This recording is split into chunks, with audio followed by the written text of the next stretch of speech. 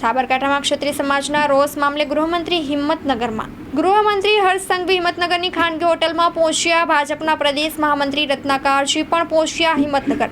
તો રૂપાલાના નિવેદન બાદ ક્ષત્રિય સમાજમાં ભારે રોષ જોવા મળી રહ્યો હતો. ગઈકાલે ભાજપ લોકસભા બેઠકના ઉમેદવાર શોભના બારૈયાને ક્ષત્રિય સમાજે નવગામમાં સભા કરવા દીધી નહોતી.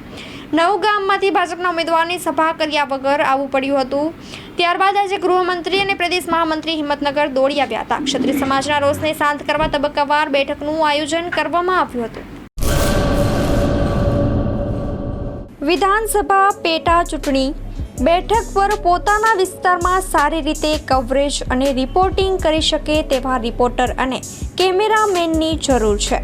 કોન્ટેક્ટ 97 252 061 23 24 26.